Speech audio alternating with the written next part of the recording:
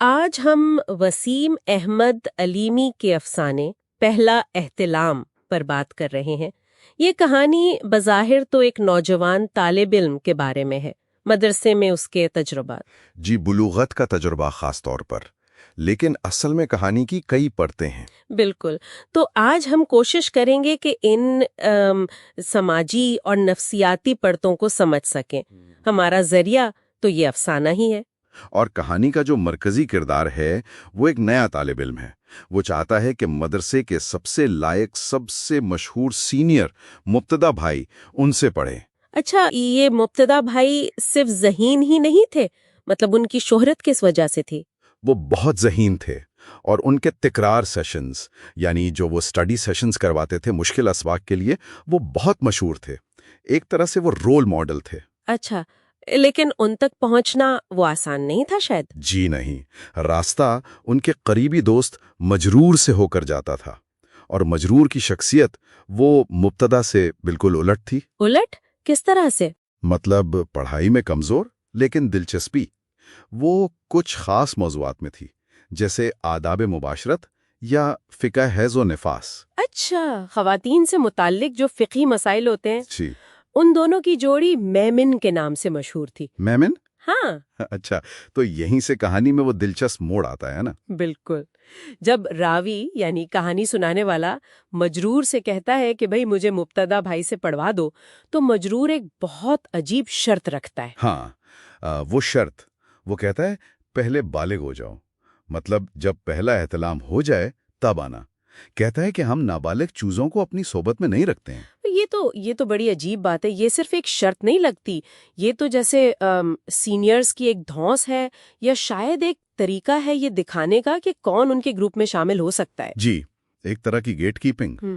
اور یہ چیز اس نوجوان راوی کے لیے ظاہر ہے ایک نفسیاتی بوجھ بن جاتی ہے۔ وہ بیچارہ انتظار میں لگ جاتا ہوگا، شدید انتظار اور بے چینی۔ وہ بلوغت کی نشانیوں کو دیکھنے لگتا ہے، جیسے زیر ناف پال۔ پھر وہ رہنمائی کے لیے ایک سینئر کے پاس جاتا ہے۔ اور وہ تجربہ کیسا رہتا ہے؟ وہ بھی کچھ کم عجیب نہیں۔ وہ سینئر اسے تفصیلات سمجھانے کے بہانے چھت پر لے جاتا ہے اور باقاعدہ معائنہ کرتا ہے۔ اوہ، یہ تو بہت ہی جی، اور اسی طرح کہانی میں چھوٹی چھوٹی تفصیلات ہیں، جیسے بیت الخلاء میں ایک ہی ریزر بلیڈ کا مشترکہ استعمال اس طرح بنانے کے لیے۔ یہ چیزیں مدرسے کی زندگی کے وہ پہلو دکھاتی ہیں جو عام طور پر سامنے نہیں آتے۔ وسائل کی کمی شاید، اور پرائیویسی کا کوئی تصور نہیں۔ بالکل، تو ایک طرف راوی اپنی اس الجھن میں ہے، اور دوسری طرف مبتدا بھائی کی شخصیت کا ایک اور رخ سامنے آتا ہے۔ کون سا رخ؟ ان کی بے باکی، خاص طور پر جمعرات کو جو ہفتہ وار بزم ہوتی تھی، وہاں وہ کھل کر مدرسے کی انتظامیہ پر تنقید کرتے تھے۔ صفائی، کھانے کا معیار، کچھ استادوں کی لاپرواہی، اچھا، یہاں تک کہ علاقائی تعصب پر بھی جو طلباء میں تھا۔ جی بالکل، وہ ان سب مدوں پر بولتے تھے۔ طلباء میں تو بڑا جوش و خروش پیدا ہوتا تھا اس سے۔ لیکن یہ بے باکی، یہ ان کے لیے مسئلہ بن گئی پھر؟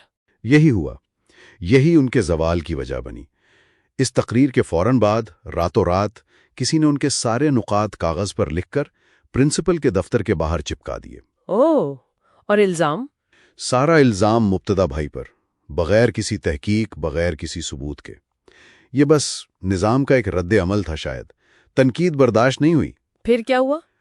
اگلے دن جمعے کو پرنسپل نے پوری اسمبلی کے سامنے مبتدا کی شدید تذلیل کی، اپنے احسان گنوائے کہ میں نے تمہیں پالا پوسا وغیرہ وغیرہ۔ افسوسناک۔ دوسرے استادوں نے سفارش بھی کی کہ بچہ قابل ہے، جانے دیں، مگر مبتدا کے لیے وہ ذلت برداشت کرنا مشکل تھا۔ اتنی شہرت کے بعد یہ رسوائی۔ تو اس نے کیا کیا؟ وہ عید کی چھٹیاں آئیں، گھر گیا اور پھر واپس نہیں آیا۔ بس ایک اتنا ذہین طالب علم ایسے ہی ختم ہو گیا؟ جی، ایک روشن مستقبل ایک غلط فہمی اور نظام کی سختی کی وجہ سے بس ایک خبر بن کر رہ گیا۔ راوی اس وقت شیخ سعدی کا شعر یاد کرتا ہے کہ ایسے لوگ کتنے نایاب ہوتے ہیں۔